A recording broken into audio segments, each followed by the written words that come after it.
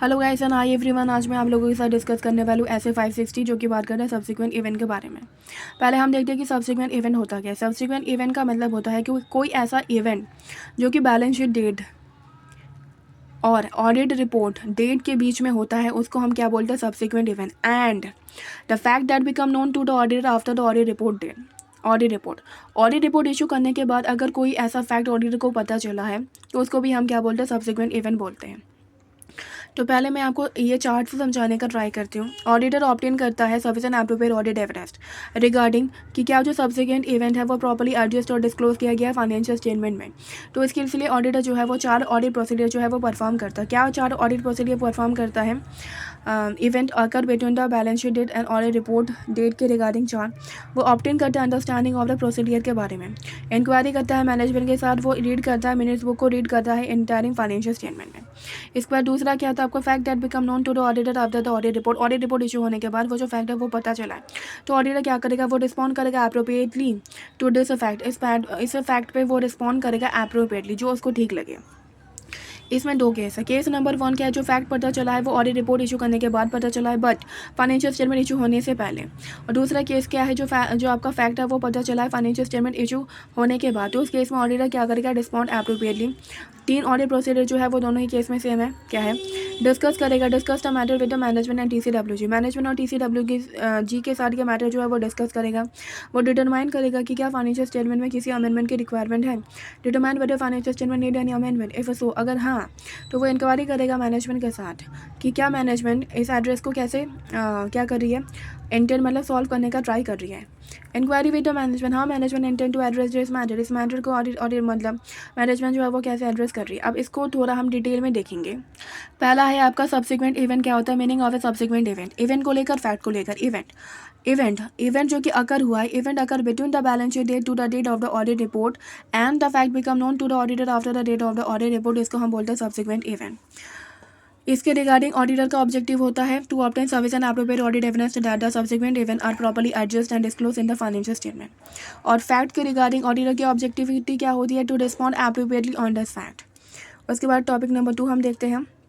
Auditor क्या audit procedure perform करेगा sufficient appropriate audit evidence लेने के लिए? कौन से केस में? For event occurring between the balance sheet date to the audit report date. ठीक है, ऑडिटर 4 काम करता है जो कि मैंने आपको बताया स्टार्टिंग में। अब इसको थोड़ा डिटेल में हम देख, आपको एग्जाम में ऐसे प्रेजेंट करना है एज पर, देखिए एज पर ऐसे 560 subsequent event to obtain sufficient appropriate audit evidence, audit procedure done by the auditor regarding event occurring between the balance sheet date to the event occurring between the balance sheet date to the date of the audit report.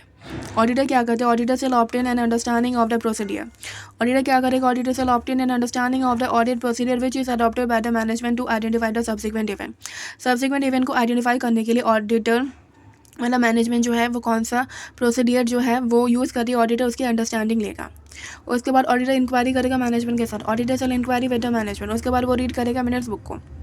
Auditor shall read the minutes book of the meeting with the management TCWG after the balance sheet. Auditor read करेगा minutes book को, meeting जो कि management के साथ हुई है, TCWG के साथ हुई है आफ्टर द बैलेंस शीट। उसके बाद 4th ऑडिटर क्या करेगा, वो रीड करेगा एंटायरिंग फाइनेंशियल स्टेटमेंट को। Auditor shall read the entire financial statement of the entity for the subsequent period के लिए जो भी एंटायरिंग फाइनेंशियल स्टेटमेंट है ऑडिटर उसको रीड करेगा।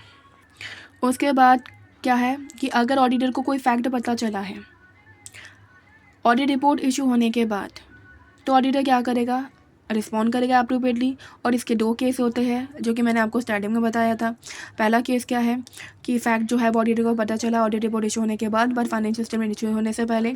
दूसरा क्या है, फैक्ट पता चला है फाइनेंशियल स्टेटमेंट इशू होने के बाद। ये जो 3 पॉइंट जो मैंने आपको स्टार्टिंग में बताया था, ये दोनों ही केस में क्या होता है, सेम होता है। आंसर आपको कैसे प्रेजेंट करना है मैं आपको बताती हूँ। Case number 1, auditor has no obligation to perform procedure after the date of the audit report. Auditor का कोई भी ऑब्लिगेशन नहीं होता है ऑडिट रिपोर्ट इशू करने के बाद।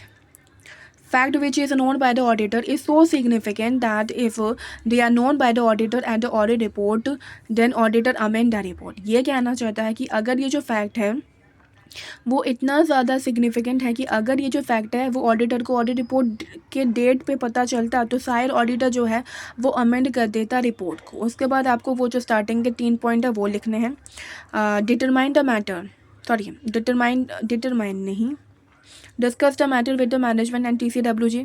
उसके बाद ऑडिटर क्या करेगा, वो डिटरमाइन करेगा कि क्या फाइनेंशियल स्टेटमेंट में अमेंडमेंट की रिक्वायरमेंट है।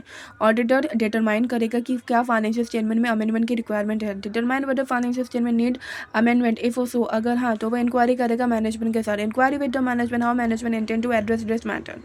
अब मैनेजमेंट क्या कर सकता है, या तो अमेंड करेगा फाइनेंशियल स्टेटमेंट को, या तो वो अमेंड नहीं करेगा। If management amend the financial statement, अगर मैनेजमेंट फाइनेंशियल स्टेटमेंट को अमेंड करता है तो ऑडिटर एक न्यू ऑडिट रिपोर्ट देगा और ऑडिट रिपोर्ट का जो डेट है वो चेंज हो जाएगा। Auditor provide a new audit report and audit report date is a change. अगर मैनेजमेंट जो है वो फाइनेंशियल स्टेटमेंट को अमेंड नहीं करता, if management does not amend the financial statement, तो ऑडिटर क्या करेगा, देखो वो 4 काम करेगा। पहला, अपना ओपिनियन चेंज करेगा, चेंज ओपिनियन, अपना ओपिनियन चेंज करेगा, मॉडिफाइड ओपिनियन देगा, न्यू ऑडिट रिपोर्ट इशू करेगा और ऑडिट रिपोर्ट की चेंज डेट जो है वो चेंज हो जाएगी। तो देखिए, अगर मैनेजमेंट क्या नहीं करता, अमेंड नहीं करता, then auditor shall changes opinion and express a modified opinion, provide a new report and audit report date is a change. उसके बाद दूसरा केस क्या था, ऑडिटर को जो है वो फैक्ट पता चला है फाइनेंशियल स्टेटमेंट इशू होने के बाद। तो ये इसका जो आंसर है वो आपको एग्जाम में कैसे लिखना है, यहाँ से आप स्टार्ट करेंगे। After the financial statement are issue, financial statement issue होने के बाद auditor has no obligation to perform any procedure.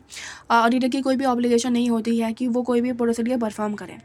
उसके बाद वो सेम लाइन जो कि हमने केस नंबर 1 में भी देखी थी, fact which is known by the auditor if it is so significant that if they are known to auditor at the audit report date, then auditor amend the report। अगर ये जो fact auditor को पता चला है, ये इतना ज़्यादा सिग्निफिकेंट है कि अगर ये जो फैक्ट है वो ऑडिटर को ऑडिट रिपोर्ट के दिन में पता चलता, तो शायद ऑडिटर क्या करता, वो रिपोर्ट को अमेंड कर देता। उसके बाद 3 पॉइंट आपको सेम वैसे ही लिखना है। डिस्कस करेंगे मैटर किसके साथ, मैनेजमेंट TCWG के साथ। डिटरमाइन करेंगे whether financial statement need amendment if so, अगर हाँ तो डिटरमाइन करेंगे डिटरमाइन करेंगे, इंक्वायरी करेंगे how management intend to address this matter. उसके बाद सपोज मैनेजमेंट कहती है कि हम भाई अमेंडमेंट नहीं करेंगे फाइनेंशियल स्टेटमेंट में, तो ऑडिटर को इस केस में क्या अपना ओपिनियन जो है वो चेंज करना है, modified opinion and answer is no. Financial statement issue हो गया, ऑडिटर को कुछ नहीं करना।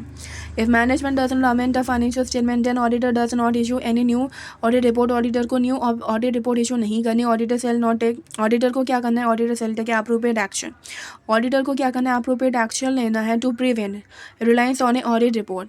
ऑडिटर अप्रोप्रिएट एक्शन लेगा कि दूसरों को वो भरोसा करवा सके कि तुमको क्या करना है, इस ऑडिट रिपोर्ट पे भरोसा नहीं करना। मतलब पब्लिक को हो सकता है वो एडवर्टाइजमेंट कर दे पब्लिक में, कुछ भी ऐसा वो कर सकता है जो भी ऑडिटर को ठीक लगे। अब देखिए, अगर जो ऑडिट रिपोर्ट है वो सिंगल डेटेड है तो EOM पैराग्राफ जो है वो उसको ऐड करना है। अगर वो ड्यूल डेटेड है तो EOM paragraph plus OM paragraph जो है वो उसको क्या करना है, ऐड करना है। अब लास्ट पॉइंट है सब्सिक्वेंट इवेंट में। देखिए, सब्सिक्वेंट इवेंट एडजस्टिंग इवेंट होता है, नॉन एडजस्टिंग इवेंट होता है।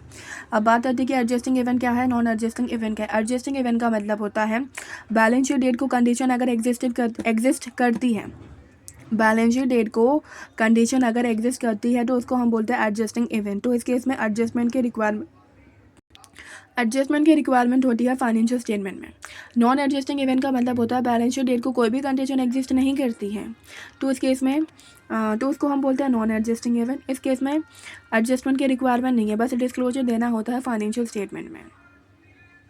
तो बच्चों, ऐसे 560 में सब्सिक्वेंट इवेंट में हमने पहले डेफिनेशन देखा, उसके बाद ऑडिटर का ऑब्जेक्टिविटी देखा, उसके बाद हमने देखा कि ऑडिट प्रोसीडियर क्या होगा to obtain the sufficient appropriate audit evidence. दोनों ही केस में हमने ये चीज़ें देखी।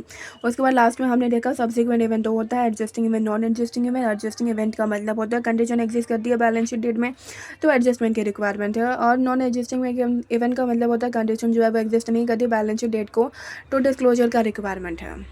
ओके बच्चों, आज के लिए इतना था। Thank you so much for watching my video. Please like my video and subscribe the channel.